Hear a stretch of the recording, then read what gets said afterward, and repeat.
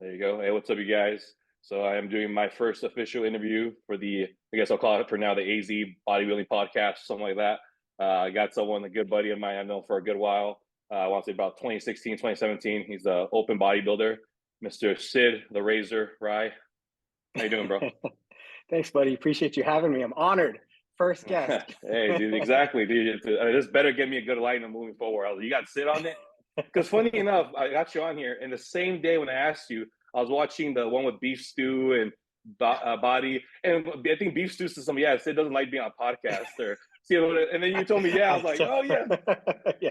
No, I don't really watch podcasts, man. Like, yeah. honestly, the only one that I'll like kind of drop what I'm doing and pay attention to is the one that Stu and Kennedy and Beatty are on. And then the other ones, if I just have like some spare time, I might listen, but usually I especially will not watch a podcast. Like I never understood people that'll sit there and watch it just because like I got too many things going on for all that. Yeah, no. I watch them. I'm not gonna lie, but I watch them by clips. I watch like 20 Yeah. minutes here. I watch segments. Obviously, YouTube Yeah. saves you wherever you leave off. That's awesome. I don't have to like remember.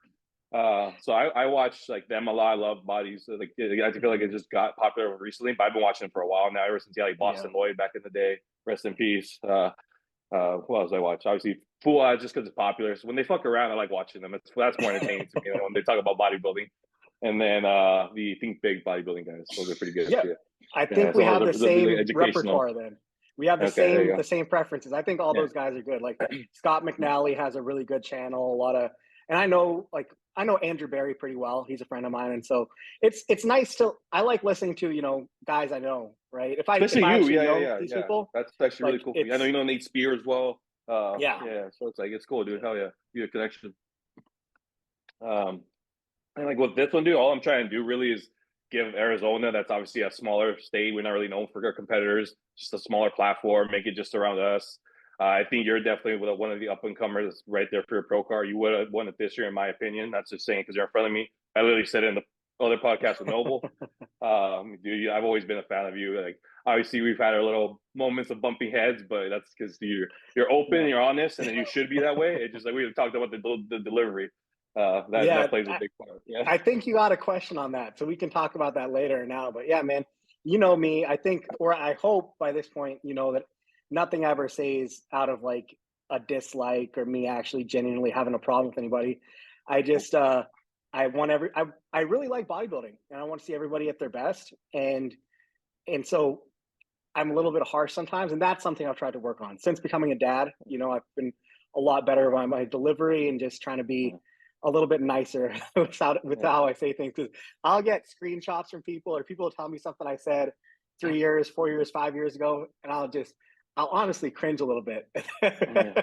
But dude, it's not because I mean, obviously, me and you, like I said, we had our ends, and I don't feel like there's ever anything like you said like that's bad. It was just you're honest, and sometimes when people, especially in our sport, unfortunately, sometimes we don't want to hear the honesty when it comes to critique. So I remember right back like in 2017, I was cocky enough thinking I was winning my pro card like a year away. You told me no, you're not, and I was like, yo, what the, But it's true, I wasn't, dude. I'm not. I'm still not there, but it's just when you hear at the moment when you're young, you take it as a personal attack. When it's like, man, it's bodybuilding, it's feedback, it's criticism. But some people just don't like to hear it. So that's why I'll give people that might think you're just to strangers. You're like that to even your friends too and close people. Yeah, I Uh, honestly try to not keep it like if you ever see me commenting on one of those big repost pages where they'll repost different people's progress pictures and stuff. Like I really don't try to leave anything negative anymore. I'll really just try to compliment people and spread some positivity. Just because there's enough in the comment section of the bad stuff to where I don't need to pile on. I think sometimes people it's a lot. It takes nothing to say something nice, and then I'll keep my harsh criticisms for my friends in private so that they can yeah, be the best versions of themselves, right? yeah. And then going back, talking about us meeting, a few like maybe a year later or something after meeting, I like to call you. You're the original goob in the way, calling people out for Photoshop. You caught some local people. We don't have to name them or anything, but I think that's pretty funny that you put them out there, you put them on blast because dude, it's true. It's like in a way, it's lying, it's deceiving, it's manipulating, and to all of us that work our ass off to have a good physique and try to have something presentable on stage, it's like that's a little chasty. especially like I get angles and lighting. That's a different thing for me. But come on, man, photoshopping. You got some issues. No, you can Uh, get some. I mean, you can get some really good photos at the right gym and the right pump and with the right camera, and things look awesome. But to just take the next step and minimize your waist and blow up your arms. And these, if you remember, the guys who are doing it really had like good physiques, right? One one of of them them was was a friend of ours. Like, yeah. we don't have to name him, but dude, we he was like he was closer to me at that point for a pro yeah. card than I was, and that's just like, why He, are you photoshopping? Like, he was phenomenal physique. Like if he was still, I don't think he's competing anymore. And he's not in the I think lifestyle at all. yeah, he stopped being my friend after that. He was very upset. But I think it just sucks because a lot of guys look really good, and then for whatever reason they think that they need to make these edits, and just be happy with how you look or how you don't look, and just make it better. That's the fun of it, right? Like you like, I'm sure leg day is your favorite day, right? I mean, up until your injury, but it was like your favorite. It was your Dude, favorite. Yeah, because it's obviously your my weak legs are point. my weaknesses, and then the last year with Dom especially helping me, they grew significantly. They were coming up, and obviously injury came up, so I'm gonna start all over. But whatever, yeah, no, I definitely knew that was a weakness, but I never once thought, let me Photoshop my legs for my pictures. Like, especially because like when you see people in person, that's what matters to me. I want to look good at stage and stuff, and it's like, who am I going to see? The people in the crowd. It's like, I don't know, pretty silly, but yeah, it becomes obviously a mental thing at that point. It's not really how we can explain them or. All right, let's go start off, man, with obviously competition career. You're a overall winner right out the gate. When we talked about you earlier with the other previous podcast, I showed some of your pictures. So let me go on there real quick if you don't mind. I'll share a screen, and you can keep talking. This will still work. Yeah. No, for sure. Yeah, I mean, I started competing in 2017. I'd been, training pretty seriously at that point for I don't know how long. I started at the gym when I was 14, just training for sports. And that's a good picture. Yeah, so that top left was me. Yeah, that was the Phoenix Europa, my first show, and then the overall, bottom right? left. Yep, overall at that show. Yeah. Then below that is the 2019 Junior Nationals. I placed second in the light heavies there, and then on the right side is the 2021 Arizona Open, and I won the heavies and the overall at that show. So just kind of, I think I kept it pretty. Bro, very nice progression. And then your most recent, is it this one? No, that was up above a little bit. Yeah, that was USA's in 2021. Most recent, keep scrolling up. That's still 2021 USA's. Yeah. Okay. Yeah. Right. This is. Oh, here. This is most recent. Right, yeah, that's the one I showed. Yeah. Yep. So this is most recent, bro. Yeah, you kept it tight. Waist is so nice and pretty, bro. Literally earlier, I said the only thing I've ever seen on this current one was a little more lower lat. That's the only thing you were missing. Yeah. But dude, your physique is so like it's right there. I think when you complete that part, you're obviously gonna be, I think, competitive at the next level immediately, in my opinion. That's exactly. That's what Tyler said, man. Tyler Mannion. First thing he said was just I lost because of that low back, low lat thickness.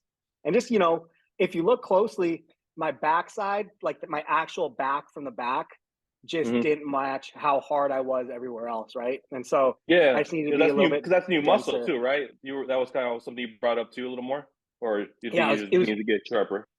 It was new muscle that year, and then just anytime you have a body part that's not as good, it's harder to get conditioned usually. Like if you see my glutes or my hamstrings, it'll fade. It's not gonna pump as well. It's just it's not gonna press against the skin. So it's just you need to make that muscle better. It's the end of it's the long story short. And you've honestly had some like good ass competition every time you've done a national show. You've done these guys, I feel like, especially that Colossus Ken. I don't know his real name. I'm assuming it's Ken, but amazing physique structure, all bubbly and shit. Like things you can't do anything about. Well, Kennedy, I beat, man. Kennedy, I beat him last year. He's actually a really good buddy, and that's why. Kennedy placed 8th that year because I think his guidance wasn't very good.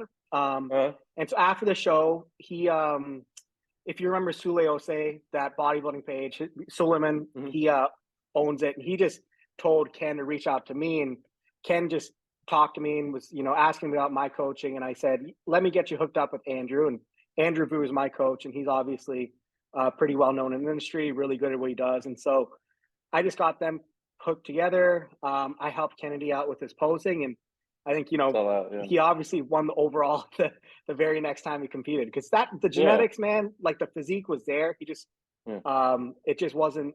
He just didn't have the proper guidance. That just goes to show you, right?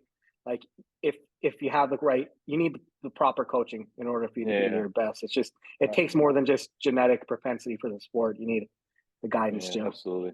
Absolutely. But I'm sorry then. So who was the year that your guy won the Oh heavyweights in your year? yeah, Then I'm so sorry. that there was still two really good guys, man. Walter Debs, Silverback Debs. He won the overall. He'd previously been, third place twice at the national level. And then he won the Junior USA's overall, not Raging Silverback. No, no. Um, Okay, sorry. it's Uh, what? Silverback Debs. Deads? Debs. Oh, Yeah, Debs. Sorry. Yeah, Walter Debs. There you go. Yeah. Okay. Just I want to pull it up because you're right. It was this gentleman. Yeah. Yeah. Oh, I feel like an Yeah. idiot. Yep. Yeah. Yeah. No, Yeah. you're good. I mean, Yeah. you're talking about three genetic freak black guys who were Yeah. in that Yeah. class. So, Oh shit. Yeah. Yeah. No, but you're and right. This so guy was it's a not, freak. yeah, And I remember him just being in that lineup too. But I think it was just a mixture of huge. faces and stuff. Yeah. Yeah. But Yeah, yeah, dude. he's a massive, massive guy. Just the guy, he weighed like 230 for that show, and he's Mhm. probably 5'10", and he looked like a super. He was as big as a super, and so it's just joint size, the bones made out of feathers, right? And so Yeah. I have that to an extent, but it's tough to compete with somebody who has really gifted muscle bellies like him. So he won that class and the overall. And then the second place guy honestly has probably some of the craziest genetics in the league, like very similar to Michael Lockett and Phil Heath. Like you might Mhm. want to pull him up, give him a look. Okay. Let's see. His name is Ignorance Ablis. So Ignorance. Ignorance. Yep. And yeah, there it is. Yep, the first one, John Duncan. Perfect. Perfect. Easy. And so Oh yeah, I do remember this guy yeah, too. Yeah. Yeah. Yeah.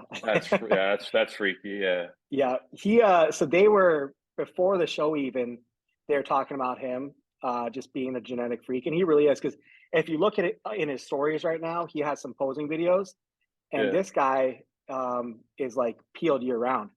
Got a phenomenal Well, metabolism. I was like, look at his low back. How do you get your low back that Yeah. ripped? Jesus. Oh Oh well, yeah, god damn his it, he doesn't have legs. the They're just not up, strong, but crazy strong too, man. He squats like 6 plates per reps, no issue. But yeah, this stuff I like these reels, that's current, man. wow.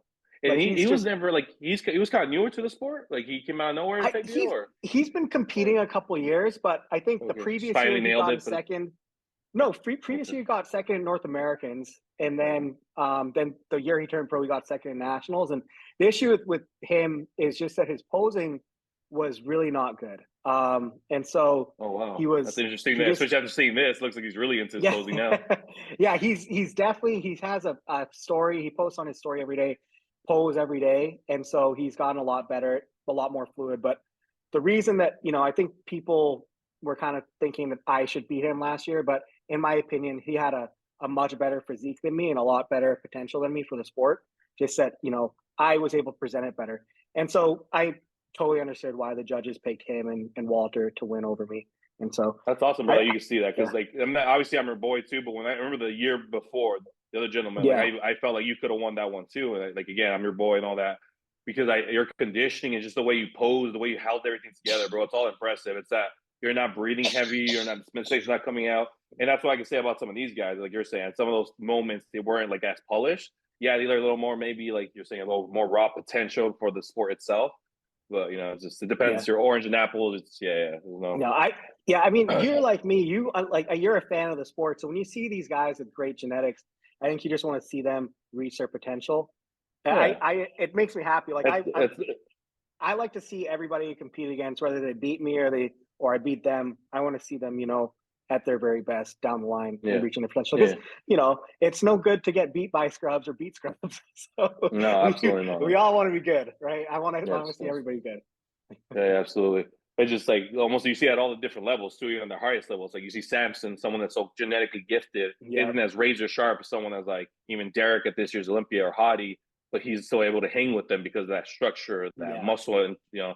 it just does, and that's what matters too. Is when you're standing next to each other, how does it look? Yeah. You by yourself, you can look really good, but next to people, it's a whole different story. So we obviously looked a little bit at your history. We saw your most recent shows, know that. You want to talk a little bit about your future plans and then kind of what you've been through recently? Yeah. So I guess the plan was to do nationals this year. That took place early December. I ran into some setbacks. I guess it probably makes sense to just do it right now. But what happened was basically um, for about a week, I had a nonstop posterior nosebleeds. Where posterior nosebleeds, it goes down the back of your throat, where anterior nosebleeds goes out the front of your throat, and this was with out the front of your nose. And so the cause of this was just elevated blood pressure. And so my blood pressure had been medicated through prescription medicine. But unbeknownst to me, due to a combination of different factors, work stress, personal stress, just situational, it was elevated beyond control. So when I found out how high it was, actually 180 over 110, even though I was on 40 milligrams of sildenafil. So that's like crazy. And so they tried to stop the bleeding by packing my nose with these inflatable rockets, by cauterizing my nose. They cauterized me about 4 times, 5 times, and they packed my nose 2 or 3 times. Did not stop. So the reason it didn't stop is just because the blood pressure is elevated, right? So blood pressure, quickest way to drop that down is just hop off any supplements, stop training, decrease the body Lose weight. And weight. so yeah, so at that point, I just had to do all of those things because I was just very, I can't train anyways, and so and it's very hard to work and take care of your 2-year-old when you have a constantly bleeding nose, right? So sorry, would you like taste it too and stuff like that? As you were like, is that no, yeah, I it? literally woke up choking because there was so much blood down my and Wow. I don't know if you have the ability to do this, but maybe I'll send you a picture of at one point I had a blood clot and I showed this to Stu and a couple other people, but the blood clot went from here to here out of my nose, even with the packing. It was just a big giant blood clot. And so very scary situation. Yeah. And so and then on top of that, when I went to see the doctors, they did the blood work and did some extensive organ scans and stuff, and everything was healthy. My cardiac CT was perfect, heart MRI perfect. I had an echo, all great, and a head CT, everything good. But the issue was that when they did my blood work, my creatine kinase was elevated, and so normal creatine kinase level is about up to 150, and then about 1,000 is judged to be rhabdomyolysis. And so for me, my level, when 3 days after stopping training at the hospital, it was 8,000. And so that was worrisome for the doctors. And so after 3 weeks, it dropped down to 4,000. And then, it kind of hovered at a baseline of 1,500. And so all this stuff prompted my primary care physician to send me to a number of different referrals. And so I kind of knew that this is just natural from training, and then the damage from my I think the damage to my nose is the stress and the muscle breakdown from me not training, because at this time I was dropping weight from just not training, not eating, going from 5,800 calories to maybe two meals a day of like 2,000 total, and it happened very fast.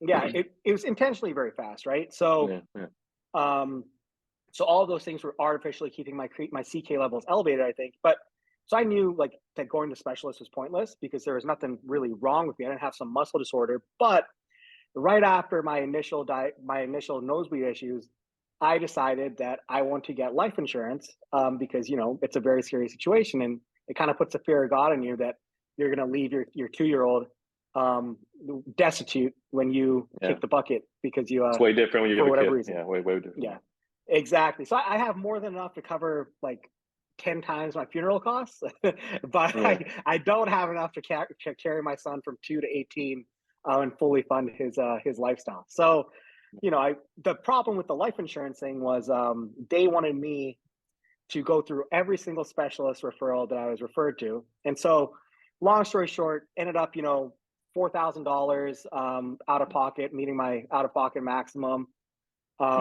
all the referrals just said, there's nothing wrong with you. You're good to go.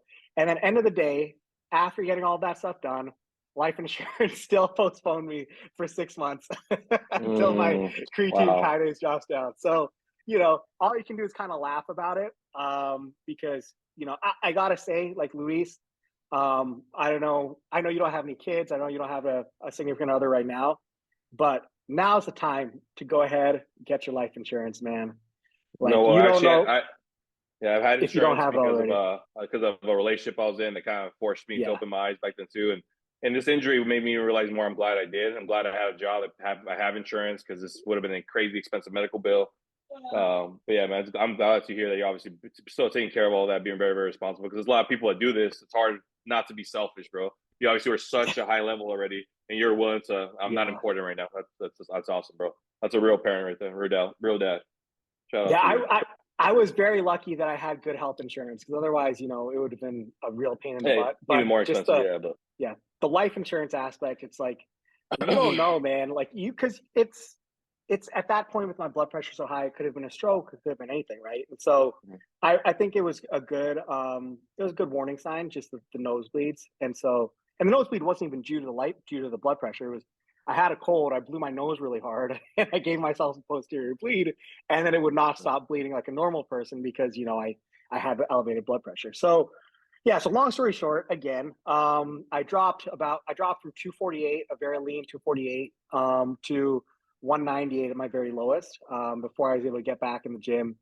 Then getting back in the gym in about 8 weeks, I've gotten back up to I was 240 from 205 when I upped my food, to then training, and I got on TRT, and yeah, I got up to 240 in about 8 weeks. So still not close to the 248 that I was before, but it'll come back. And so yeah, the plan now, is just basically get back to where I was, make sure I make some at least some relative improvements. So Tyler's not like, what the fuck did you do these past 2 years? Actually, I saw Tyler at the Texas Pro earlier this year, and when he saw me, he was like, "What happened, man? Are you okay?"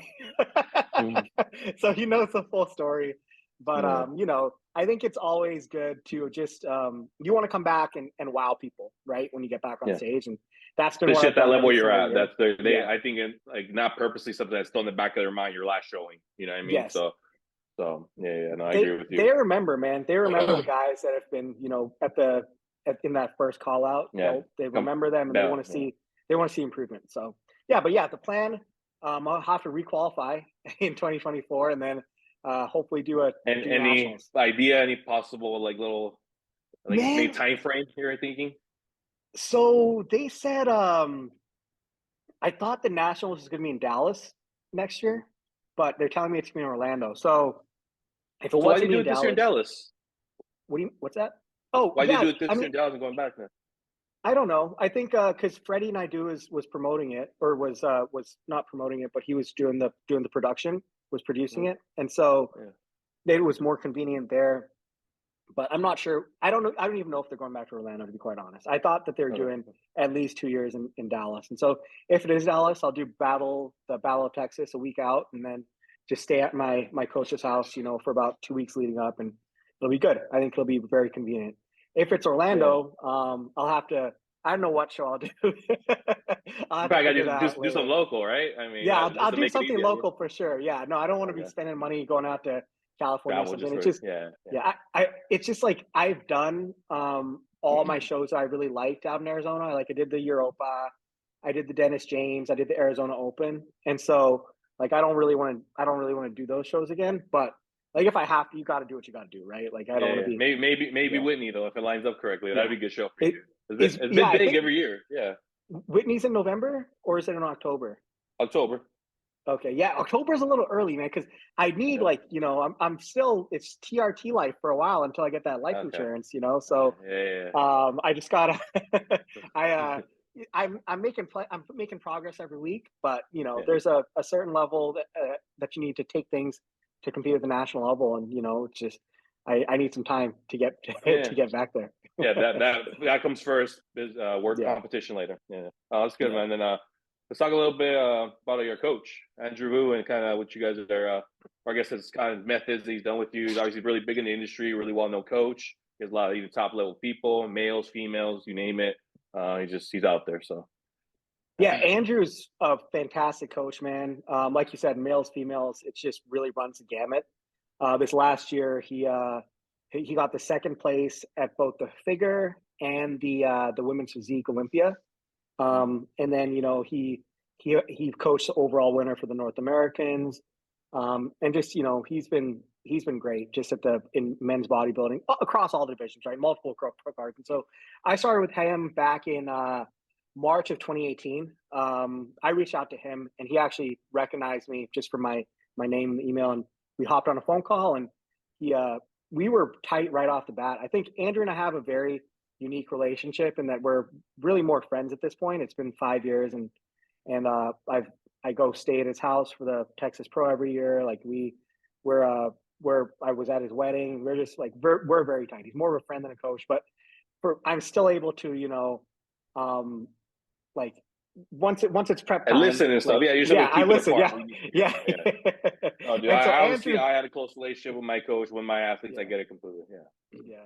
Andrew's a guy who he actually gets frustrated with me in prep, because in prep, I think every bodybuilder gets a little bit self-centered and they like to talk about themselves, and they're sending all the pictures. And so like for the first 4 years of our relationship, or 3 years, whatever, I've been sending him some extra pictures in the check-ins. But now, come year 5, I know all he wants is my check-in pictures once a week or every other day or every 3 days, whatever it is. And that's it. Don't talk to him about the prep outside the email. If I got a prep related question, to put it in the email. But like, he just wants to be my friend. And then like for the 2 minutes a day that he has to do my check-in, he almost himself splits it up and made those two different personalities for it. Yeah, very, very separate. But yeah, Andrew's great, man. I think he worked closely with Chris Aceto. Chris Aceto is somebody that brought him up in the game when he was an amateur. Mm-hmm. He was a top level national level bodybuilder. And so if I had to compare him to anybody, I would say Chris Aceto, in that he's very simple. He has you're not going to get lengthy email responses from him. It's usually 1 sentence, 2 sentences, just short to the point responses. He's got a meal plan. He asks the relevant questions that you need to ask, regarding sleep, digestion, workout performance, etc. But he's not looking to have a conversation or to teach you how to be a coach by coaching you. It's just he is there to make you your best. And so he doesn't really have some type of. I've seen a couple of my friends have worked with him right at this point, and he'll talk to me sometimes about his clients, and there's no methodology, one way that he does things. He takes a situation and he applies what he knows, his experience, and usually he gets a really good result from it. If he gets at least 2 preps with somebody, they're gonna make a very good transformation. And so our friend Emmanuel, he worked with him. Yeah. What was that? Yeah. We're just talking about it. Why not pull up his page and stuff? Yeah. He doesn't post too much on Instagram anymore, man. Like he's he's doing. I see you're really right. I think well I follow him. himself. I don't ever see him really post much. Yeah. You're right. Yeah. Very rarely. He doesn't get much engagement anymore just because he's not posting too much. But if you look at who he's got up there, right? They're just and winners, obviously. Some of the best of the best. Yep. And Olympia. Yeah. Yeah. Carlos. Carlos. I forgot about Carlos. Yeah. Yeah. Carlos is a freak too. Yeah. And no, obviously he's like you're saying, built up the reputation already, get people in shape. I actually didn't even know about the whole Chris Aceto thing, so that's cool to hear. I never knew about that, because that's all it kind of is people that they've worked for before. When the coaches before them, they pick up some of their methods or their little things. And it's the whole coaching tree thing that you have in sports really applies for bodybuilding too. You get these guys that worked under, whether that's as deputy coaches like in Camp Janssen, whether that's a deputy coaches in Camp Janssen or something, or you're actually like a client of a coach and you build a relationship beyond your typical client coach thing, and then you learn. Because if you don't need to necessarily go through a paid mentorship or something like that. I think if you keep your eyes open and you're kind of paying attention when your coach tells you to do certain things and work with them for long enough, you will. If you've got a brain in your head, you'll pick up on what's going on, right? Yeah, absolutely. Yeah. I worked with Jeff. I worked obviously with Joe. I worked with Dom. I see the little things they all do, and like you're saying, you put it all together into your own little experience, your own things that have happened, and that's what makes you a coach, bro. Absolutely. Let's see what else I want to go over. Oh, nationals, of course. Can't forget that. I gotta go back to sharing screen. Share screen. So obviously, nationals. Originally, this is what you were trying to do. Things happened. You couldn't. This nationals, on the classic side was crazy to me because the 19-year-old that won. I almost couldn't even fathom that. Crazy. Very impressive. Very impressive. Almost like Sebum-esque, like type body. At least in my opinion. One of the best 19-year-olds I've seen for sure. And just you don't really see people getting into condition like that at that age. No, most not people that don't young, have bro. the dedication Maturity to or that. or the muscle maturity. Yeah, either of those things, it's very rare. And so for him to have that mindset to be able to push to that level and then to have the guidance for them to push him that hard enough, it's just it says a lot of good things about his future, right? Yeah. So you okay with going over classic as well? Yeah, for sure. Yeah, I love bodybuilding. You know me. Yeah. So classic, class A. I don't know too much about the guy. I know he's kind of been chasing it for a bit because I bumped into actually some of my national shows coincidentally. Mm-hmm. He has a really good frame. I think conditioning has kind of always been his issue from what I saw and heard. And he kind of was a better condition look. So that's exactly right, man. That Josu Samurai Sway or whatever his name is on Instagram. Mm-hmm. He's a Northeast guy. He's been knocking on the door, but I think just the guidance isn't really quite what he needs, or maybe his ability to commit to the diet. And so he got it this year, and he's got a lot of potential. It's just he needs to make sure he nails that consistently. But the second place guy is also really good, the Thorne Lewis. I think he might actually be natural. I shouldn't make assumptions like that, but he has some really cool looking body parts, like his delta really striated. And then I don't know if you know Jake Gamble, but he's actually I just realized that. Third place. He's missing that spot. Yeah. Yeah. That's probably his highest placing from. Yeah, he's knocking at it too. He's consistently always been top 5. You see who he's losing to. It's just 2 very gifted black guys, right? It's tough. It's tough to deal with that. But he's got a good physique, and he'll get there. Good lineup too. Very solid lineup. Very good class A. This was class B. This is the 19-year-old. Obviously, you spoke about earlier. Where is he from again? Ukraine or? Yeah, Ukraine. Yeah. So he lives in the Northeast. I don't remember where, but he's good, man. He's really good. He's coached by Wilkes, right? Kyle Wilkes. Yeah, Kyle. He's kind of one of those guys that came from like Johnny and Phil, right? That whole Pro FX or not? Yeah, I think he's still with Pro FX. I think he's still Johnny Castellana and him work together, and so that's a very good team, right? And so coaching tree, man, that's a good coaching tree to come from. Absolutely. And actually this guy in 4th place, I saw him in person at my show, and he was very solid, very good shape wise. Yeah. So obviously, like you can tell his lineup just stacked. It's very good, very competitive. Looks like they all brought conditioning. Yeah. Absolutely. Class C now. This guy was, I guess, a previous bodybuilder, correct? Yep. He actually was a super heavy last year, I think. He's been a super heavy, and he started working with Cameron Cheek. They sucked it down, and he looks good, man. I honestly thought that if he'd gone in the heavies, because he would have been heavyweight. He actually, if you look at the NPC news pictures, his name was listed under the heavyweights. Just, there's no pictures because he didn't do it. If he'd have done it, I think he would have probably won that class. Just because he's stacked, shape, man, top to bottom. Yeah. Well, look at those legs. He has very good small waist. He had all the parts. Exactly. Even in the overall for this classic, I thought could have went his way too, in my opinion. It was closer to him and Antoine. That's what people are telling me. I didn't actually watch overall, but I think for sure. And then Class D, this is the taller guys, 6 feet above. Yeah, that's actually a solid lineup. These guys, all these guys have good legs too. Holy cow! Yep. And then the middle guy, the guy who won the class, coached by Shane Hughley, and he was very, very good condition. Look at those legs, Holy cow! Yeah, awesome. Even from this angle, Yep, really good. And go to bodybuilding. So this is the bantamweight. Yeah. What's his weight class exactly? Bantamweight. Yeah, bantam was solid. I think it's do you know the weight range? It's I think it's 135 or 145. It's 135 for MMA, but lightweight is 155. So I think it's actually 145 is the bantams. And these guys usually have to be pretty short, huh? Like 5'1", Yeah, 5'2", to kind of to look this yeah, stack still, like because yeah. it's crazy. 5'1" typically. It honestly was a very surprisingly good bantams through middleweights. You know, usually those Like classes look at have them been standing depleted. there. They all look solid. They all look like they have Yeah, muscle just standing there. So it's like okay, yeah. yeah, And then this exactly. black Yeah. guy over here looks wild. Holy cow! Look at those biceps. Yeah, it's very sometimes you'll see these guys over on the end and you're like, how did they not win? But then usually it's a matter of that The back they or didn't turn something. Yeah, they turn them around and something's not exactly. where it needs to be. And so Exactly. And then there's an there's Arizona guy who won the class here, Chris the lightweights, Ridelli. Chris Ridelli. I've seen Yeah, him around. He used to pose a lot. PT by Joe's. yeah, Very like passionate kid. Very yeah. fiery. I He, think he used to work there and he was very, very dedicated.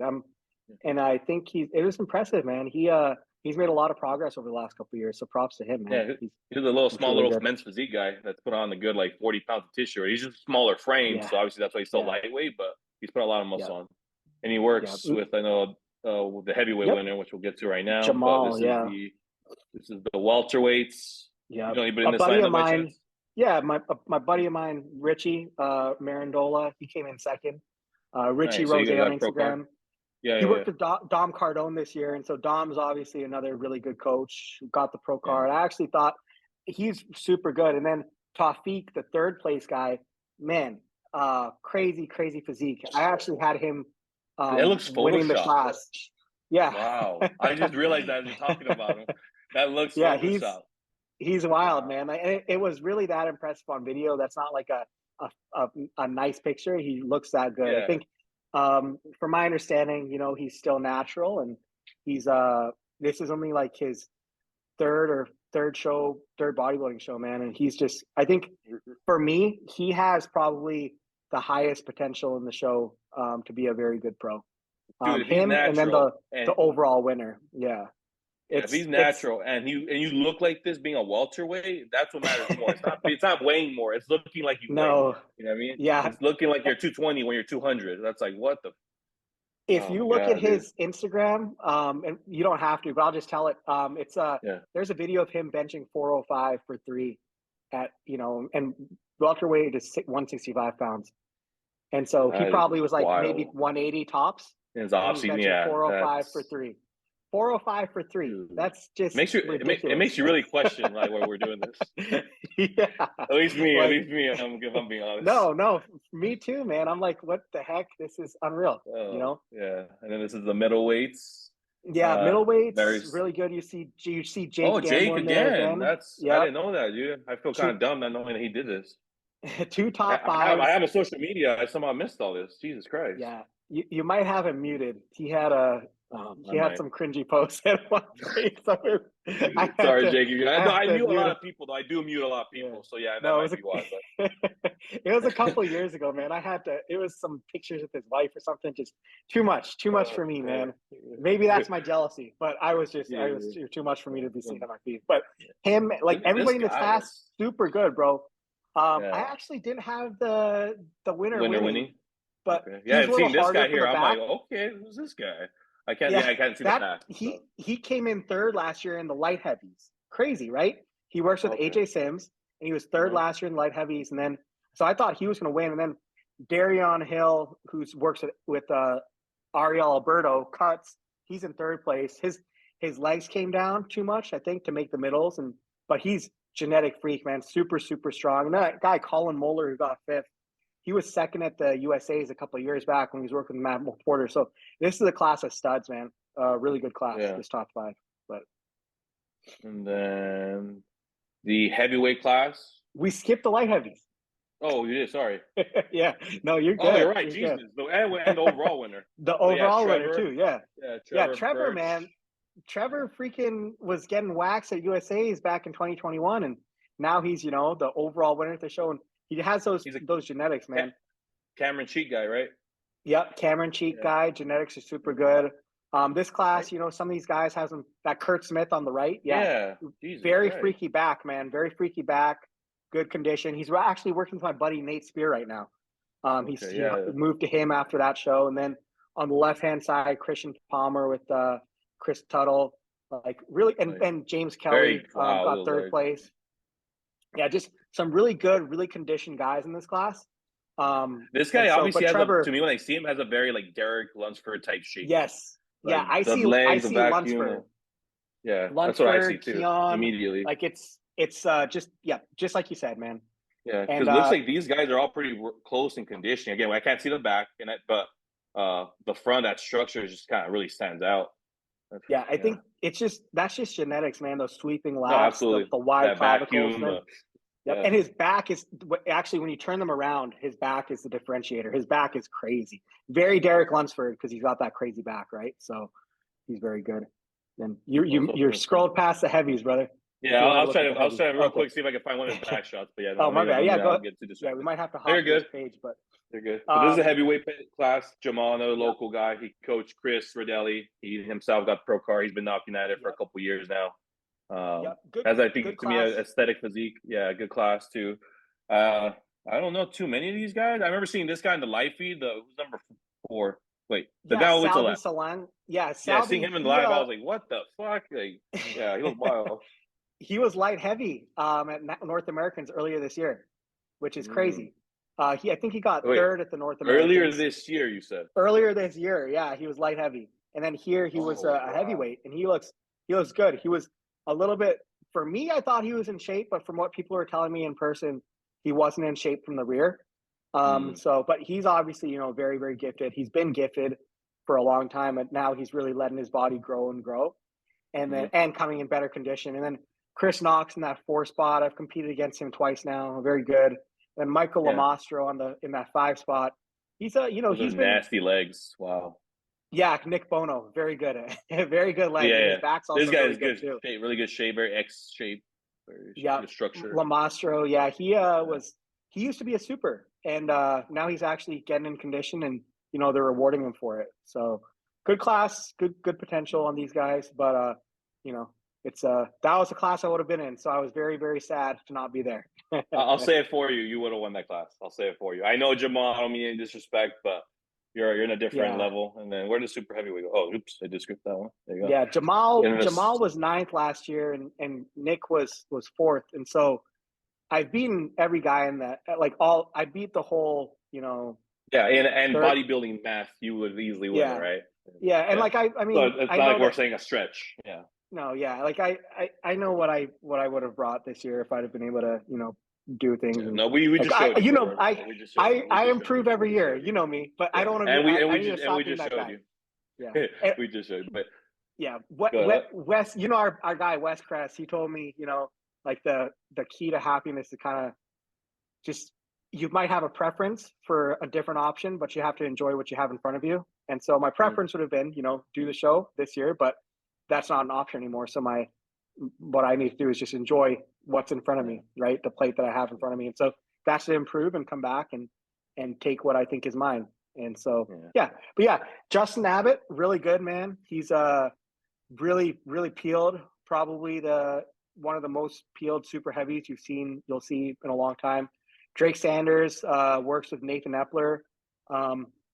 He came on, I think this is his first national level show, or maybe his second, but this is his first time in the top 5. And, he got that W, or he got the pro card win. And then Tim Klein is in 3rd place. He was 3rd at the USA's earlier this year. I competed against him as a light heavy last year. He's knocking on the door. And, Jordan Vanderfleer, Alex Webb.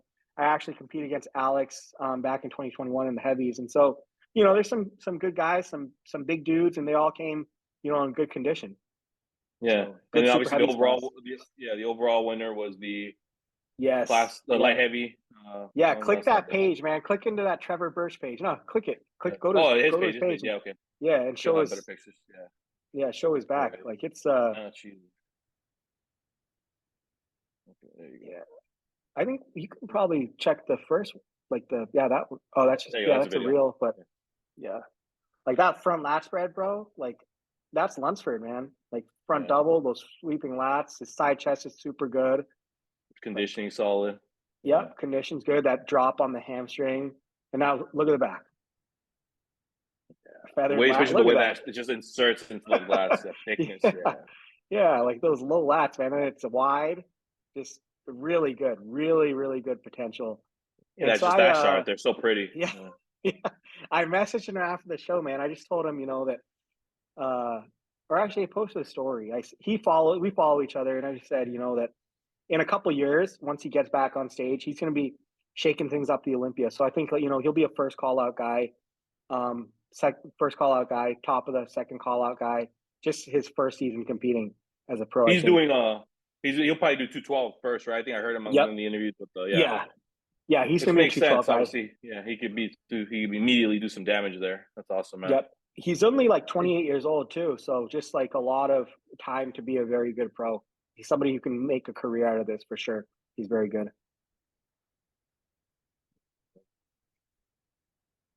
Let's see if I go back to the page. But yeah, man, him, Trevor Birch, and then Tawfiq in the welters, man. Just these are guys that you can see on the Olympia stage sooner or later, Yeah, and then let's stop stretching real quick. Yeah. No, obviously we saw the winners, the overall winners, light heavyweight. I was trying to see if I could find a comparison, but it was just too much scrolling around. I was like, I should have had them pulled up right like in tabs. But no, dude, he's gonna be very impressive. I think the super heavyweight, as long as he can get a little bit more, like I think better midsection control. That's all I really saw. And some people talked about the lats. I thought it was more probably just regular like injections. I don't think he's putting synthol or any side enhancement. No, definitely not synthol. I mean, just oil. I think at a certain level, especially the super heavyweight, you gotta put things in different places, and like I don't think that's an uncommon spot to use, right? Like especially when you're that deep into prep, like the different milliliters are going to add up, right? And you can't just put it all in one spot. That's how you. There's no fat in the way, so you can see it all. Obviously, it's a lot more exposed. What do you think? Just talking about, and sometimes you just take a bad shot too, right? You might just take a bad shot and it blows up a little bit, and just own it and own it and do better next time. Like put it in a different. Make sure you get a little extra. Use your heating pad, or something, right? Yeah, or that. Exactly. What do you think the Derek spots were? I don't know. Did you see the pictures of that? I don't mean to call them out. But yes. That looks really weird to me. I don't honestly, man. I don't even know because I have some I have a lot of doctors in my family as an Indian, should be expected. But my brother and his wife, both doctors. My mom's a doctor, and so I asked them, is that a swollen lymph node? And they said no, it's not in the appropriate position. And so if I had to guess, it's probably just. Regular does oil, some jabs in there. Yeah. There's nobody's putting SEO in their lats because it's just really too big of a muscle to do it. And then on top of that, Derek's lats have been his strongest body part since he started competing. He's always had phenomenal lats. So for you to like just supersize your best body part is stupid. He doesn't need it. To me, I just couldn't figure out the whole how I was in that spot because I was like, who would want to stick there? One, and like, but I guess his lats are so big, it makes sense. He has enough meat there. That's like, it's not an issue, right? Yeah, no, he's good, man. Even with those, it's funny, because the knock on Hadi was he has these lumps on his delts, right? And that's why he shouldn't be winning. Yeah. But then you look at if anybody else had like prominent lumps like that on their glutes or their delts, you probably would not be giving them the Olympia, right? But I think from what I've been told by people who are there, you couldn't even see it in person. But I think sometimes when you see it on the live stream or you see it in pictures, the light reflects off of it in a certain way, and it's you're able to see it a lot better. Because I didn't notice that the pictures were posted, and I watched the stream, I watched all that, so I think it was more on the pictures than they were talking about.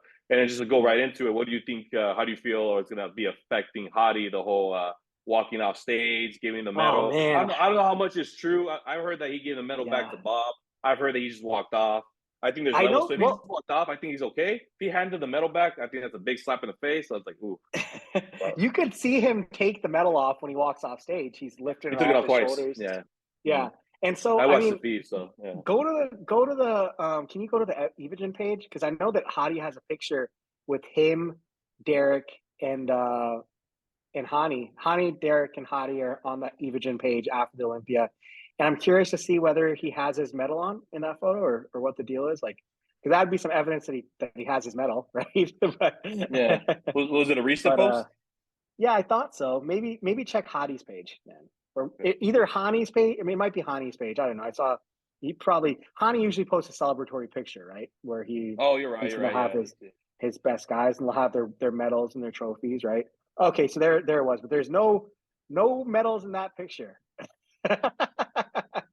of Yeah. Derek and yeah, so Hadi. maybe Just the Derek and Mr. Hadi, Olympia yeah, trophy. just them sitting, yeah. Yeah. So On a I don't interesting. know, man. Yeah. yeah, they might not But have do the you think trophy, it? they might have the medal, but yeah, I think you know, um, Tyler is somebody who has a very strong athletic background, right? He was a Division I wrestler in college. He wrestled at the University of Maryland. He's played sports his whole life. You know, Steve has a certain code of ethics and honor, I'm sure, and so sportsmanship, good sportsmanship, is something that they value. And Yeah. you know, I don't think it's. I have no idea how much the politics of things plays into things, right? I think it'd be great.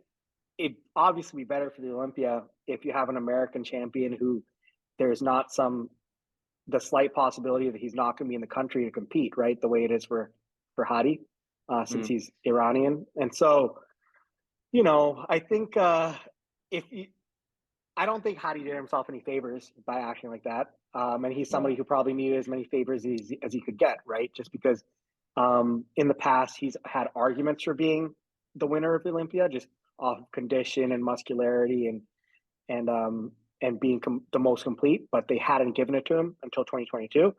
And Mm. so, he's somebody who has to come in 100%. He has to really, really bring it because they're not going to give it to him otherwise. And now they have something to say or now they have a reason not to give it to him, right? So, Yeah. Yep.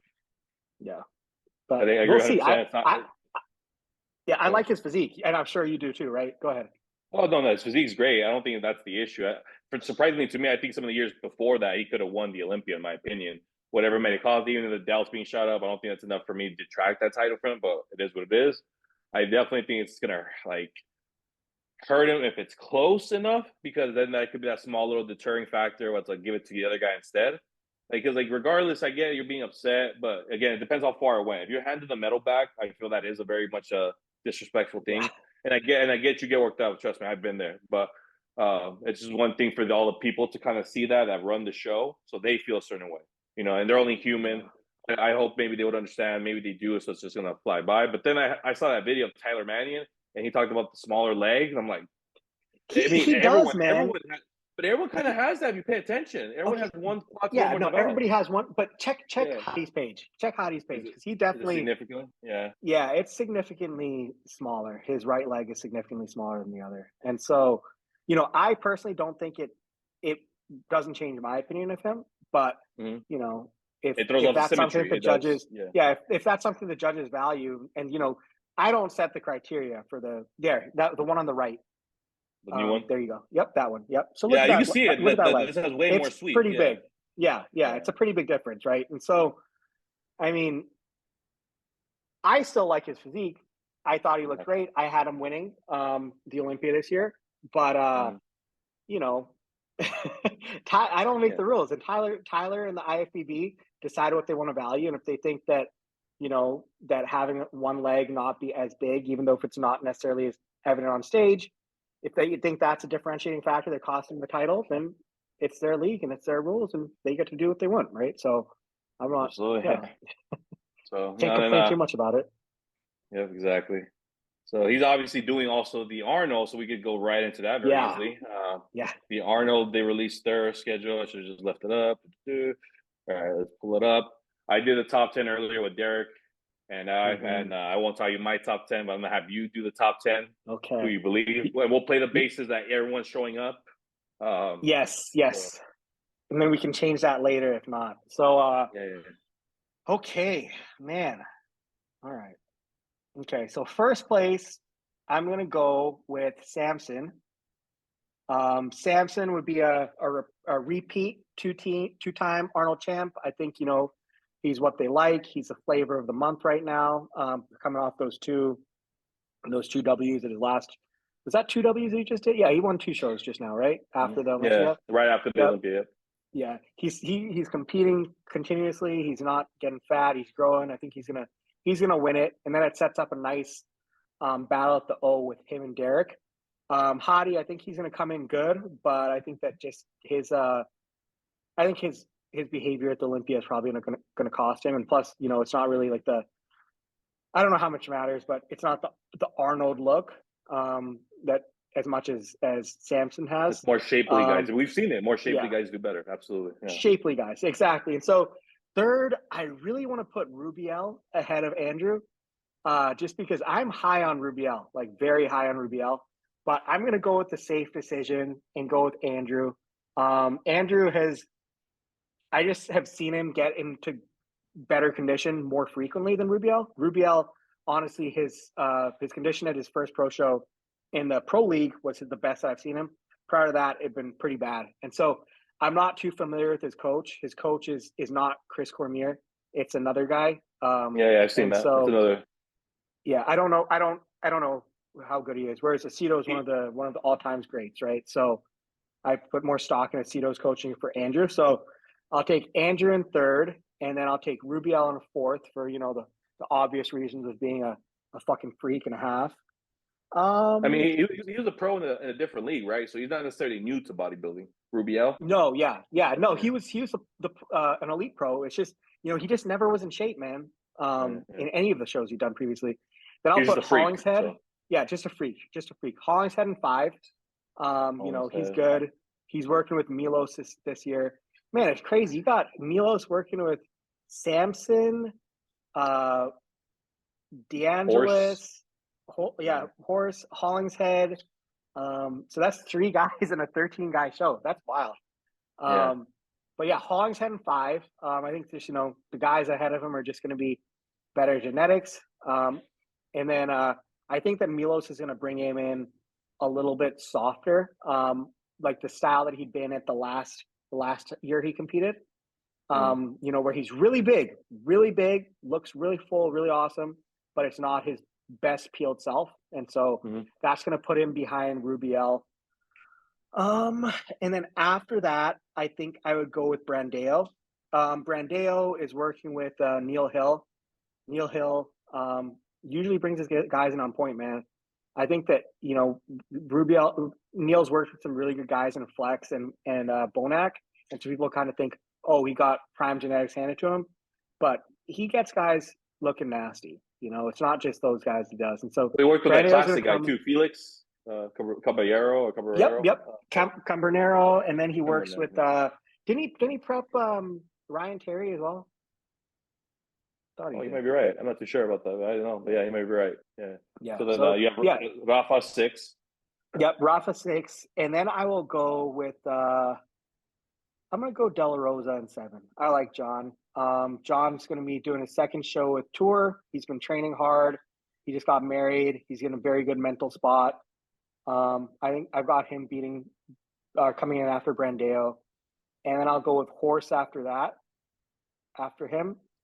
I think Horse is going to be a little bit off. And the back is not going to be up to snuff. Then I'll go Akeem after Horse. Akeem, I'm not sure who he's working with. But if I find out different. And he's coming off shoulder surgery too. So I don't know how he's looking. And then I'll go with Antoine, and then Shaban Shaban's been very downsized the last year. He hasn't been really training. He's been focusing on other things and getting his gut health improved. He works for Andrew as well. And so I don't know how he's looking. I just know he's not been at his biggest this offseason. And so I don't see him being significantly improved. And then I just have Remico left, right? After that. Yep. I know Justin Rodriguez. Oh shit! I missed Justin Rodriguez. Oh, damn it! That throws everything off. Oh man. Okay. Hold on. I'm gonna put Justin after. Yeah. I'll put Justin. Rafa 6, De La Rosa 7th, Horse 8. Horse 8, and then I have Akeem after that. Yeah. I have Akeem, and then I have Antoine. I'll put number 10. I'll have Justin. I'll put Justin after John. Yeah, I'll So put he's Justin 7. after John. Okay. Yep. And And then then Horse is 8. Hakeem yep, 9. Hakeem 9, Antoine. 10. Wait. Yeah, 10. And then Shaban 11. Yep. And then Remco, right? Remco's the last. Yeah. What? How many guys do we have? I thought we had 13. I thought you said 13. So there's Yeah. 8. 4, 5, 4. Yeah, there's 13. Yeah. Okay. Okay. So I feel like we're missing someone. Who did I mess up? Oh, James was 6. Oh no. no, James was 5th. James I have at 5. Yeah. Yeah, yeah. And then Rafa Brandeo 6th. 6. Dylan Yep. Rosa 7th. Yep. Justin 8th. Yep. Horst 9th. Hakeem 10th. Yep. Antoine 11th. Shaban 12th. Remco Yeah. 13. There you go. Now we There got you it. Sorry go. about Yep. that. That's it. No, Yeah. we need the Excel. You need to put the Excel Yeah, up I there. know, right? I know. I'm up on the sheet. I got a piece of paper though. I'm not gonna mess with these. I know. You guys have my word. I'll take a picture every time we're done with this, so no one thinks I'm messing with it. But funny And we enough, got I the also podcast too. We got the yeah, podcast exactly. noting everything down. A little bit of rewind. Yeah, exactly. Funny enough, I had Samson winning too, so that's what me and you were the same. I actually went with Rubial getting third. I do think he's gonna slip into the getting. He didn't get Andrew. I know Andrew's been kind of getting better, but his last showing at the Olympia, man, it just all kind of went south for me. Like he kind of lost a lot of what made him good. So I was like, well, I don't know what they're trying. He works with Aceto, so they'll probably figure it out. But Rubiel, I feel like is like was just maybe like 5% better from actually giving Samson a scare, in my opinion. He's very freaky looking. You know what I mean? Like he beat Samson in the side shots at the show that they did. I had him second over for sure. I had him over Chris. Yeah. And his back is actually like, it's not bad. Like the shape is there, like the insertions are there. It just needs to all come in peeled. And so we'll pull him up real quick. There you go. Rubiel, I think is going to be knocking guys out of the top 5 this year. He's at least going to be first call out. And like the thing is, he's not that narrow up top. It's just that his massive neck makes his shoulders look narrow. Like if you look at his shoulders up from the top, it's a normal clavicle width. You know, he's got good clavicles. It's just his legs are so wide. I've never seen legs like he's touching his adductor. And his legs are as wide as the shoulders. It's stupid. It's very. And this is his coach, right? Yep, that's his coach. Yeah. Khalid, IF Ruby Pro Khalid, and so I don't know who he's worked with. I don't know how good he is, and so you know. Yeah, but it's a big factor. But I still have him getting third, in my opinion. I might be wrong. Nope. Definitely. And then I had Andrew 4th, and I had Rafa 5th. Okay. And then Horse 6th. I feel like he's ahead of Hollingshead. Yeah. Wow. Okay. I kind of agree with you. I think James is going to come in massive, and I think that's going to hurt him. I feel like he's going to come in a little bit softer. But it's not going to look bad. But I just feel like they're going to go for a little bit more shapely, sharper guy, and I think that's Horse with the pretty vacuum. Yeah.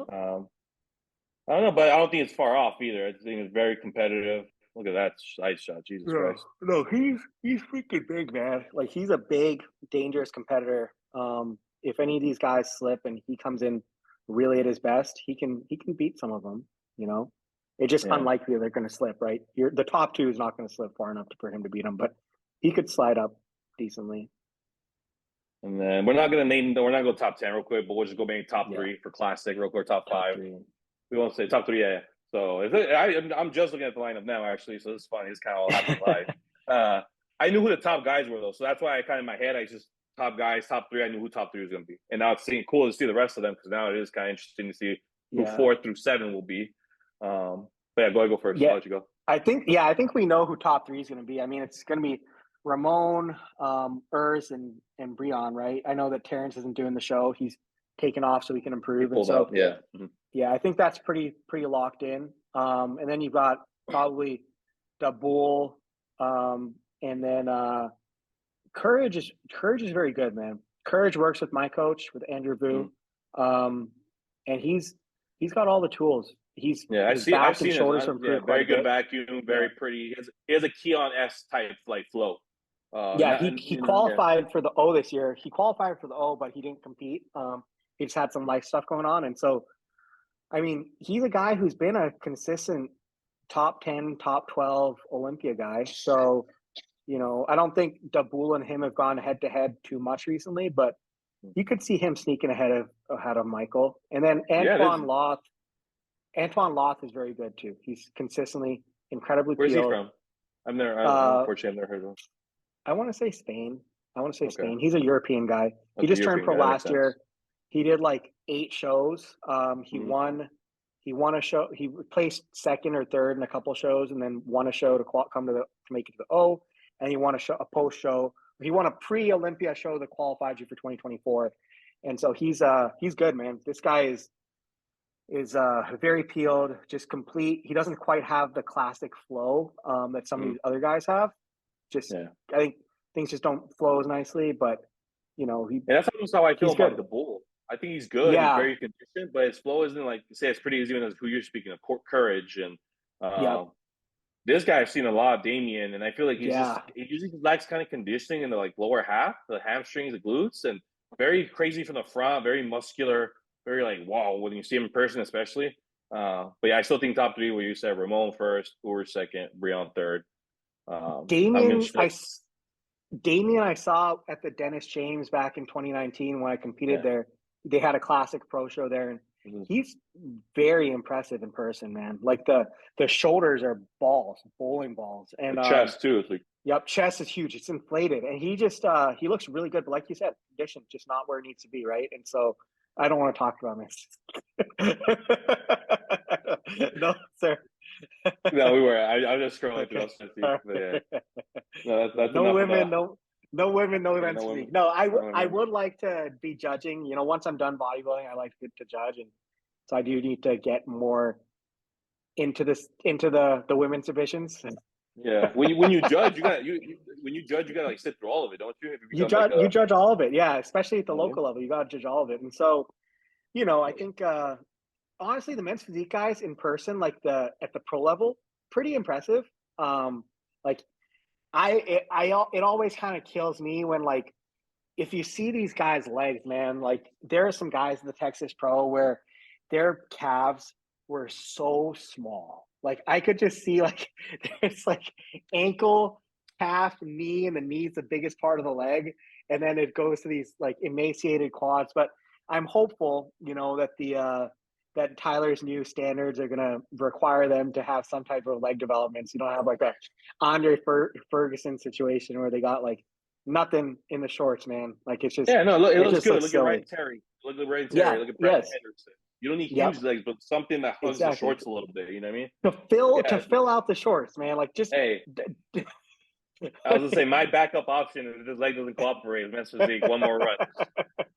Dude, I've No, been chasing the pro car so hard. I would have to at least do one more. If my leg does not come back this leg, I was because those are telling my you, you better need to legs. do. Like, I was telling you, you need to do like you were talking about not competing or quitting, and I was like, no, you don't yeah, quit no, on if it's not on your terms, man. Like you don't just no, let that yeah. take you out. So At first, it's yeah, a real mental fuck, so I was just in a bad yeah. place. No, But I you're right. totally get it. I would have definitely suckered up something like the men's physique, but I'm very optimistic with the people I'm working with, so we'll focus on that. Let's see. Let's go to questions real quick, though, brother. Let me pull them up. You got to remember a few ones. Two. Are you working with Dom and Wes, or who are you working with? So I'm working with both of them. It's just with Wesley. It's Okay. I'm with him on a cancellation basis. So I need to wait for someone to Okay. cancel to get on his schedule. He's Yeah. that busy. So it's He's like busy. yeah, and like I reached out to Dom a while back, and we've been talking, and he was willing to help Yeah. me out. Because our differences came a lot from the prep. It was never like I didn't Mhm. agree with his methods of fixing people and the body and all that. Okay. So Yeah. No. and he was Everyone's really always been very impressed by his PT work. Like he's always everything. They think that everything he does is good. Just Dom's had to work on his personality issues and the way he communicates, and I think from what I've been told, he's getting better with it. I haven't talked to Dom in a minute, but I like yeah no. his girlfriend is really cool, Kristen. Mhm. She does a lot of I work with her for my PT, and she has nothing but good things to say about Dom, Dry and needling and stuff. Yeah. yeah, No, dude, I yep, mean we yeah, all have our flaws as people, and I yeah, think whatever kind of we've been through, sometimes we accidentally kind of reflect it out. I yep, was a piece of shit at one point. I did people dirty. I'm not gonna pretend like I'm not. And I learned from it. yeah. It made me want to be a way better person. I'm way more like aware of people's feelings or what I'm doing to people. And sounds silly, sounds a little corny, but it's like you kind of mature in a way where it's like, okay, it ain't about me Yeah. anymore. You know what I mean? And unfortunately, the Yeah. sport kind of makes you think that way. Oh, I'm fucking. You know what I mean? But Yeah. we'll start off with a No, little basic one. I'm sorry. You when you get your shit pushed in enough times, you kind of learn your lesson, right? So, and you decide to be a better human being. And so Dom's always been incredibly kind to me and very helpful and nice. And I've never had any personal problems with him. He's great. So Yeah. And we'll start with the basic one. The first one was what's your style of training? What's your preferred training split? What's your volume? Stuff like that.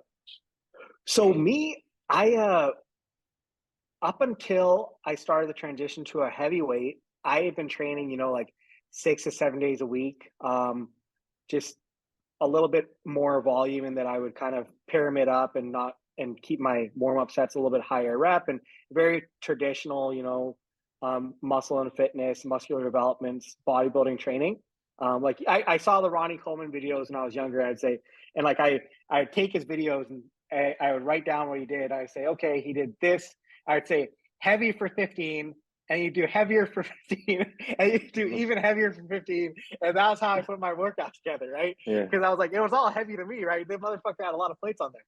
And so, like I kind of, and then I grew just because, I was new, but then I grew a hell of a lot more when I started wrestling and I stopped training 6 to 7 days a week. And I liked being in the gym a lot more because I was one of those guys who I thought, we eat, we sleep, we use supplements, and that should be enough to help us recover. But if you're training hard, you really are not recovering training that often. And so once I started cutting back to, 3 days on, 1 day off, that was a lot better. And so it got me up from, a 195-pound light heavy all the way up to, weighing at 223 as a heavyweight. So that was huge. But yeah, 3 days on, 1 day off is my preferred.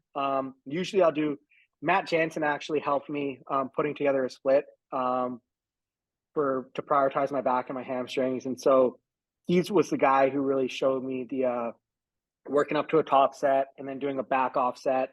And, he kind of, at first he wanted me to do, 2 top sets. And I told him, and just to see how I was able to recover from it.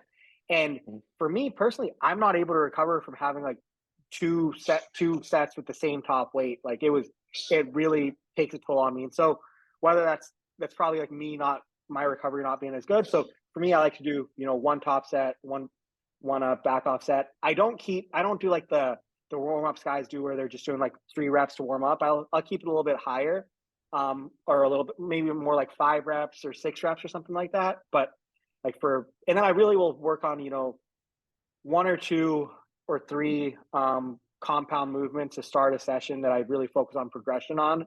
That it's like, those are like my indicator movements, and throughout prep and throughout off season, like the goal is to progress those above all. Like that's the main thing. And then while keeping, a very controlled negative, I like to keep a 3-second negative, I like to pause in stretch position, and I won't, depending on what I'm doing, I'll hold the contraction. So, for me, it's like, the split, the volume, I guess I'd be more of a lower volume guy in that my working sets themselves are very intense.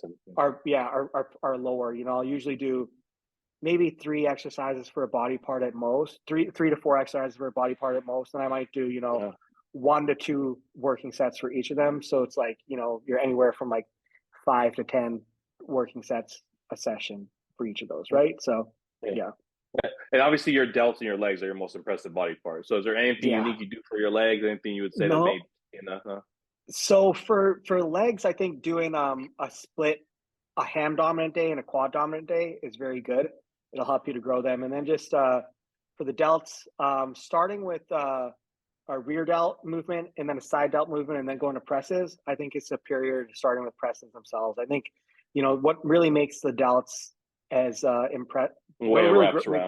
cap is that cap from the back to the front. Most people get enough front delt stimulation, but it's rare that you see crazy rear delts and side delts. So nothing too crazy. I think it really comes down to just like execution. I think a lot of people, if they have a body part that's not improving the way it should be, they might not be executing the movement the way they should be. And so slowing down your negatives, holding a contraction, holding a stretch position, and is what's going to help you out. And then just And then, if you have a strong body part that is taken, that you're training at the same frequency as your other body parts that aren't as strong, cut back on it, and cut back on the volume too, right? So like I was doing my delts like once a week and one set a piece for each of the heads. And then for other body parts, it was like my back and my arms, I was training them, twice a week with more volume and just trying to, and focusing on that. So it's one of those things where you just kind of, there's no, there's no best split, there's no best workout, there's no magic exercises. You just got to kind of figure out what's best for you. I think exactly what you're saying. Some body parts are going to grow a little faster. So as you're going, you're going to have to adjust. You're going to have to throw more volume at this body part, less at this one. It's a constant changing thing, really. Because even for me, my legs took forever to come up. But in the last a year when I was working on Dom, they came up the most. And then all of a sudden I realized I need to bring up my arms a lot more, my chest a lot more. Like it made things look a lot differently now because it just throws the look off. So it just constantly changes. There's nothing really magical to it. Like you're saying, I think where I messed up too was sometimes worrying about the weight too much instead of the pause, the feel of it, which I think a lot of newbies get into. So. Actually, and that's just better from an injury prevention standpoint too. If the lower the weights are that you're using, the less likely you are to mess your shit up, just by things falling out of groove or something. And so, but obviously you still want to try to progress everything every session, just within a very strict parameter form. Yeah, the intensity to me is a bigger indicator of you growing muscle and pushing through. So exactly. Then the next question kind of goes into what we're speaking of, but I guess just overall best advice for someone who's getting into bodybuilding. Consistency, man. Just learn to love it. I think if this is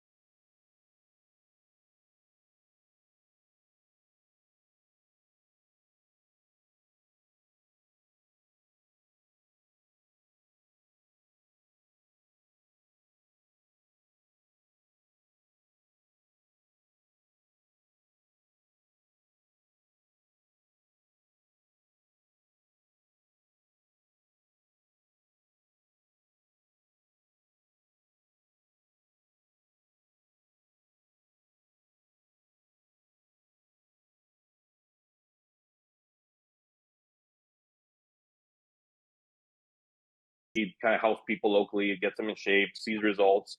Just that way, you're not really wasting your time. You'd be surprised how much when I got started, first 4 or 5 years was a bunch of just messing around, trial and error, which can make you better as a coach, can make you better at guiding people, but you're just kind of wasting time. So some people get you to avoid that.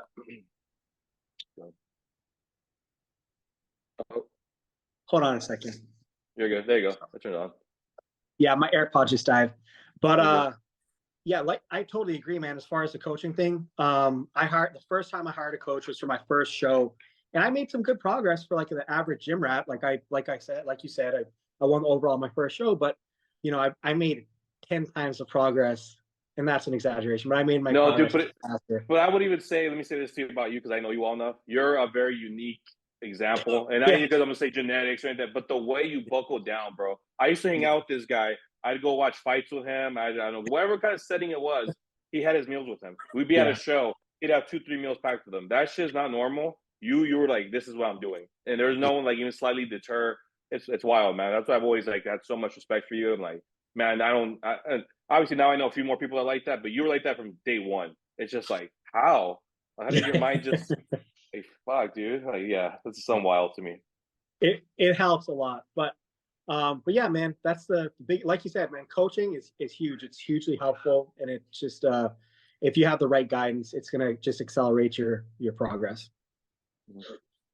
What is the end goal with you competing? What is your what are you trying to reach? What's the final for you personally? Yeah. So the only real goal was the pro card for me. As an Indian American, there has never been a person of Indian descent to win a bodybuilding pro card in the US. And definitely not above 200 pounds, right? So for me to do that would just be would be groundbreaking, would be unprecedented. I think would really go to show my people that it's possible, because the U.S. has the toughest pro qualifiers Obviously, in the world, without a doubt. And obviously. so, like, it's not close. It's the deepest. It's the most. There's the most number of competitors, and so, you know, that's the goal. That was the first goal. I mean, I'd like to do a pro show or two, but things changed once I had my son. And bodybuilding is very. It takes me in a completely different direction sometimes than being a good dad, right? I mean, being a good dad, it's being present. It's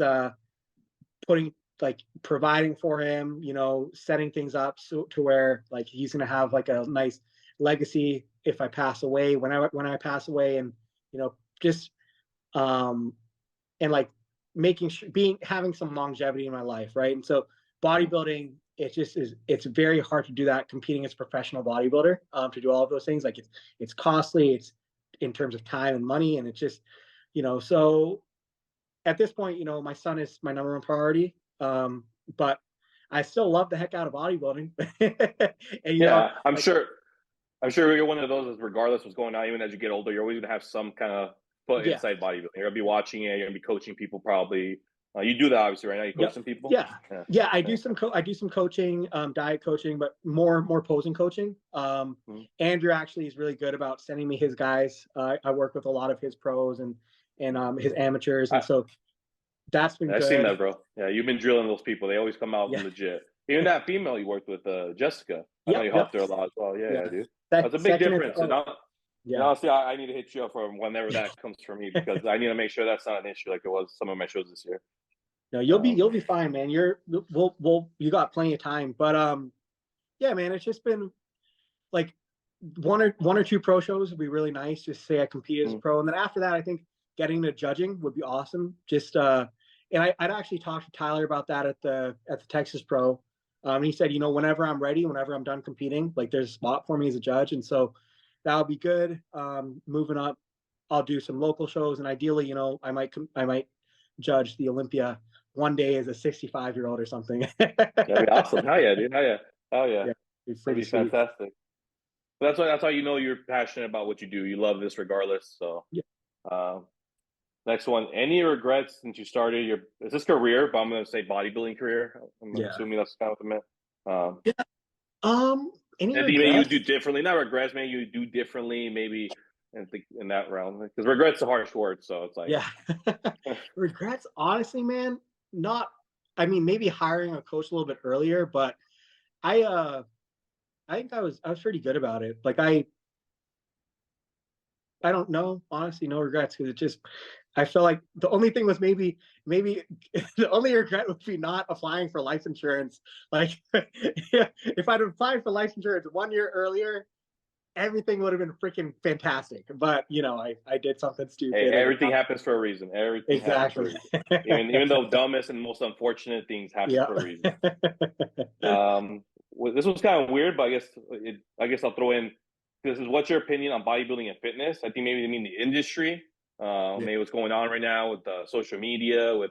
I don't see anything bad about per se, but I don't know, what's your take on it? I think it's good that it's spreading. I think it's a good, relatively. It can be a healthy hobby for some people. What I don't like is just the propensity that the kids these days have to just, want to present their work on social media, and it's like.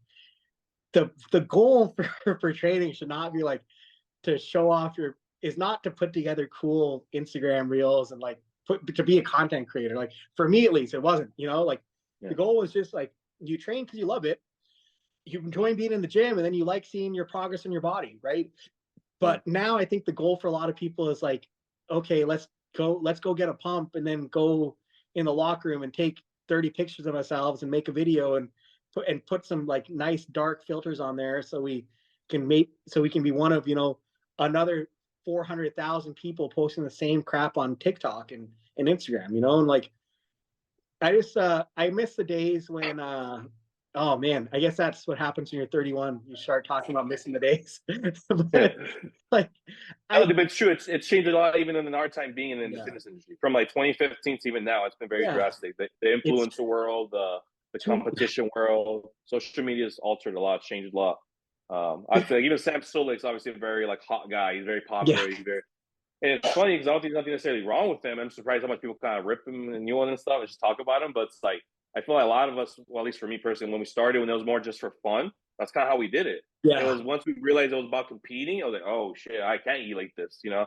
And he's not competing; he looks like he's just doing it for fun. So it's like, well, let him eat that way. No, if Like, he definitely, I think there's nothing wrong with what he's doing as far as like his diet and his training. Like that's how I trained when I was younger. Like I was just balls out, train as hard as you can. And I remember going to college and we had our cafe, our cafeteria. We call it the calf, and we, I'd go get 4 Chick-fil-A grilled chicken sandwiches and then go get like a burrito, like a massive burrito stuffed with steak, and I'd have a salad with it. And like I wasn't eating, like 4 cups of cereal with milk and calling that a meal, but like I wasn't eating chicken and rice every meal, right? I like there's a balance, and you don't like just train your freaking ass off and eat a lot of food and like eat somewhat healthy so you're not covered in acne and have terrible blood work, but like otherwise just like I have more respect for him training his butt off and eating and trying to get huge than I do for the guys running around 145 pounds that just take selfies the whole and time. stringers, yeah, Yeah. yeah. No, I agree. That's what I was saying about him. His training that I've seen is very intense. He's heavy. He's very strong for especially a 21-year-old. It's like, Oh, oh he's shit, we really put in strong. that perspective. Yeah, and Really it's strong. just Yeah. yeah, he seems like he's kind of in it for the right reasons. Like he seems like he's Yeah. kind of minding his own business. That's why I'm like, Yeah. I don't know. It's crazy how he caught on to people. Good for him. You know, he hit Yeah. the like jackpot on that. Yeah. But it's like I think it's just like he's just doing his thing. He's doing himself, and I'm curious to see if he ever does compete. You know, but I don't think that's even a goal of his. I don't think he's mentioned it. But let's see. I got a fun one that came from the previous. So this person obviously sent it in twice. It's fuck Mary Kill, but food Oh, edition. So I got another one for you later that I okay. texted you about. I didn't tell you what it was, but it's funnier. But this is food edition. This is McDonald's, In and Out, Five Guys. Fuck Ooh, Mary Kill. okay. All right. Probably marry marry Five Guys. I like their fries the best. And like I like a burger, but I really like ketchup and fries. I don't know. Like I will We all go have a through preference. I'll go through a half bottle of ketchup and fries, man. It's pretty gross. Like I douse those Wow. things. But yeah, So you get ketchup you and get you get a side of fries with your ketchup. yeah, exactly. And so, yeah, the Five Guys I say I'd marry. Fuck In and Out because I think they've got the better burgers than McDonald's, but like their fries are so trash, man. And McDonald's fries, not really a fan either compared to Five Guys. So then I'll do and then I'll do kill McDonald's. Sorry, I do like McDonald's though, but you know what? I'll do I'll do fuck McDonald's because it's quick and dirty. In and Out is usually you got to wait in that line, man. Like you go there at 10 Yeah. p.m. It's a long ass line. You're waiting and waiting and waiting. I'll kill In and Out. Let me put it this way then. Take those factors out, but just look at it this way. Something you can eat every day, Yeah. something you're going to eat once, something you'll never eat again. So, Okay. and you have those menus available. I think that changes your answer. Yeah. That changes. Yeah, for sure. Then I'll stick with the Five Guys forever, and then In and Out. Oh, Yeah, okay. then In and Out once. Yeah. Five Guys like that. Those burgers, man, they're pretty They're solid. Like good, I think but it's it's like gonna be a. that burger, and it's gonna be that every day. That's what I'm saying. I mean, but what's the difference between that and how come In and Out is better? No. I wouldn't say Oh, no. you've I'd say got McDonald's. I'd marry oh McDonald's. I'm because of having that all the every different day. options. Because Yes, you mean like the yeah. chicken and the The other hot things? chicken nuggets, hot spicy, Uh, Big Mac, double quarter.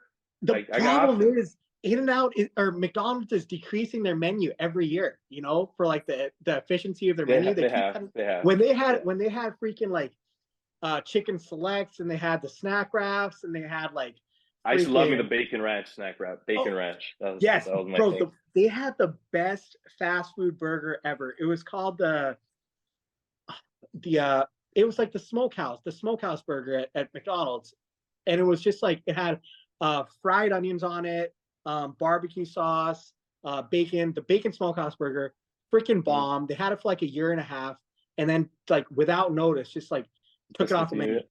It pissed me Yeah. off. Now all they have is like the and quarter pounders is good. Quarter pounders is good, but like You know, You're probably gonna talk shit, but but I love Big Macs. I love Big Macs. the McDonald's chicken sandwich is actually super good. Very underrated chicken sandwich. Their fancy the hot and chicken spicy or the no, fancy one. Okay, like the fancy one. It's like I put it right up there with Chick-fil-A, man. Like it's a good chicken sandwich.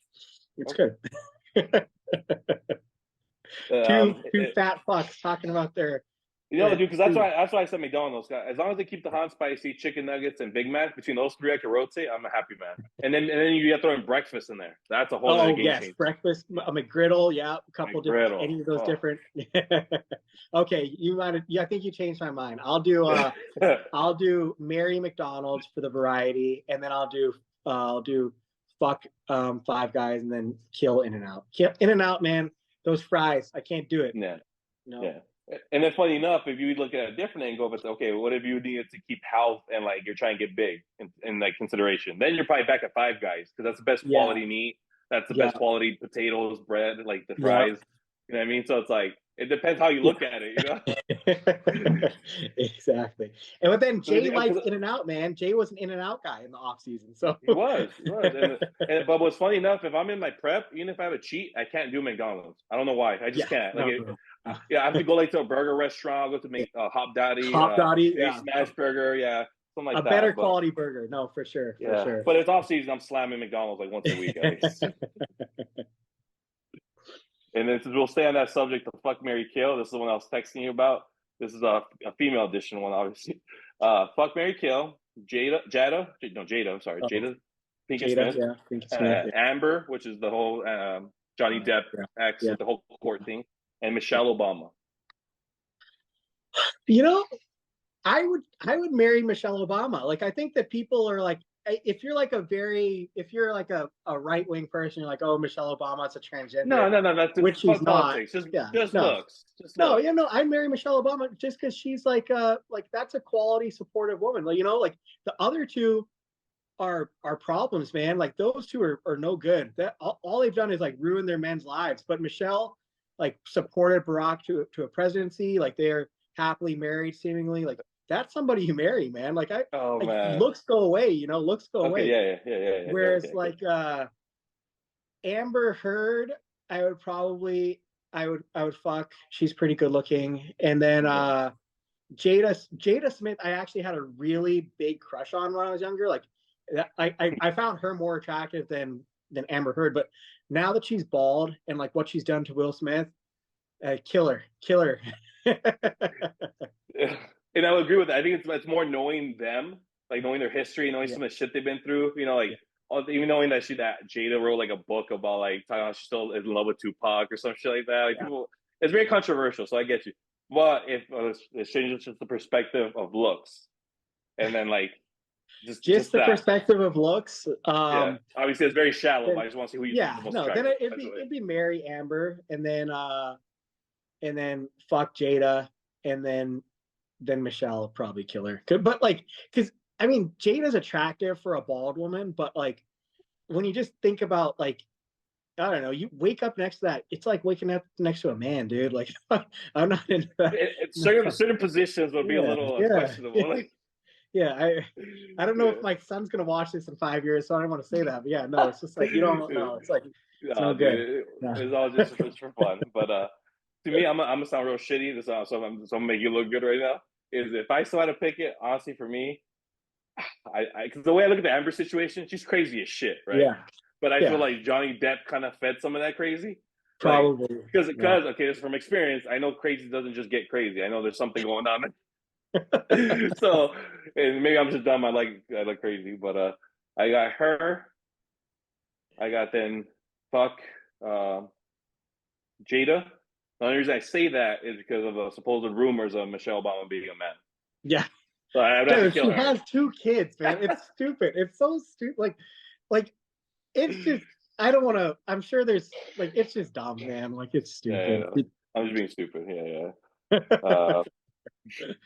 It's the. What would you? I thought I had a few more. Who's your favorite bodybuilder ever? This is current, but I'm gonna change this to ever. I don't want current. I want more like old school guy. I know you know your old school people. As you're It thinking used to about be it, Kevin Levrone. I used to love Kevin Levrone. Like I watched all of his videos before I was even bodybuilding. Like I was powerlifting and I'd watch Kevin Levrone videos because I thought he was so cool. Like bald headed Kevin Levrone with hair, 99-gram pre Kevin Levrone. Yeah, he looked freaking great. But then you learn about who these people are. And you're not as impressed, right? Like you learn that Kevin didn't train 6 months out of the year. He was generally pretty lazy. Like, and I'm not as impressed anymore. But my favorite bodybuilder ever, physique wise, probably either Sean Ray or Charles Claremont. So, and those are, yeah, you can do Charles people Claremont. know Charles. Yeah, exactly. People know who Sean is. Nobody knows who he is. Yeah. I actually really like him, especially that one, like, I think there's a pose of him doing a classic physique or not classic, most muscular, this one. That's literally what I was thinking of. That is so wild. Gnarly, man. Like this guy was so underrated. He was super duper good. And then I guess so top 3 would probably be him. Jerry Scalesi. Look up Jerry Scalesi. Jerry. Jerry. Yeah. Oh, Jay, I'm sorry. Jerry, yeah. And the last name is Scal. No, SC. C is in cat. Yeah. Scalesse. Yep, Jerry Scalesi, bodybuilder. It is.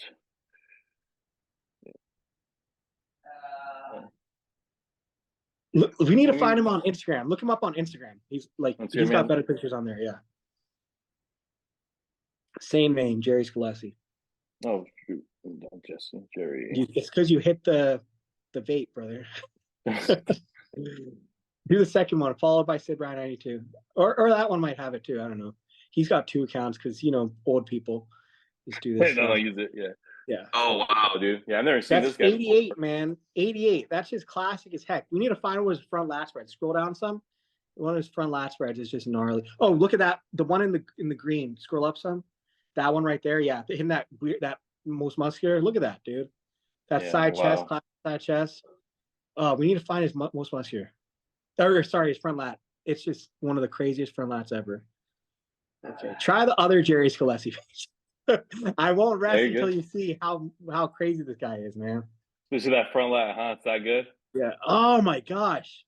Well, let me see. Bodybuilder front lat.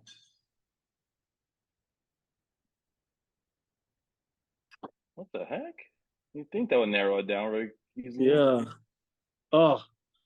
I think you're. I mean, I can see him on that twisting double. That's a wild shot. Yeah, no, but he's good, man. He was very, very good. He lost to Charles Claremont at the Universe, but fantastic bodybuilder. Yeah, and then Sean Ray. Sean Ray, freaking super classic. Very classic, very shapely, good condition. I mean, what was the heaviest he ever was? Like in the low 200s, and he was banging with guys 240. Yeah, I think that the biggest he was like 215. So okay, so you got up there, especially being a shorter guy. Yeah, he would have been a 212er. So, who would you say your current favorites currently, or current? Either Andrew Jack or Hottie. Like Andrew, if you see him in person, it's just mind-boggling, dude. Like you saw him in Texas, which was his best showing. Yeah, I saw him the first Texas he did and the second Texas he did, and both of them just like it's stupid, man. Like it's just you don't see people that are 6'2", 300 pounds that look like that, and like he can do a freaking split. Yeah, just bubbly, like everything just separated, just detailed as heck, just nasty, man. So yeah, he's good. Oh, dude. Let's see. I think that's all I got for us, brother. All right. Anything you want to say? Any shout outs? Anything you want to throw in, I guess? We went way over. Yeah, we did. I figured we would, but that's fine. And now it's time for me to go cook my eggs for my last meal before the gym. But I appreciate you having me on, man. This is really fun. It's always good I like talking shop and just chopping it up.